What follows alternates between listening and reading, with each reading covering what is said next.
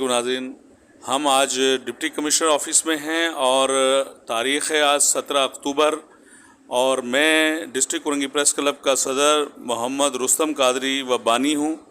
और ये मौजूदा जो डिप्टी कमिश्नर हैं मुज़फ़्फ़र साहब, जवाद मुज़फ़्फ़र, ये शहंशाह हिंदुस्तान बने हुए हैं और एक भयानक ख्वाब में हैं, हकीकत की दुनिया से बहुत ज़्यादा दूर हैं।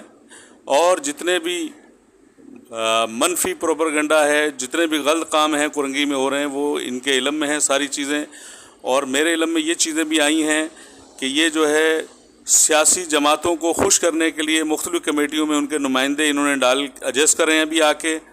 इसके अलावा ये हमारे पास जो है 13 तारीख़ को जो है मेहमान ख़ुसूसी से इनसे टाइम लिया गया। इन्होंने टाइम दिया लेकिन उसके बावजूद, मेहमान ख़ुसूसी होने के बावजूद ये नहीं आए और इन्होंने मौक़िफ़ अपनाया कि मैं 1:30 बजे रात को कमिश्नर ऑफिस में जो है मीटिंग में था। लेकिन हमारे ज़राए ने ये बताया कि ये इस किस्म की कोई भी मीटिंग 1:30 बजे रात तक नहीं हुई।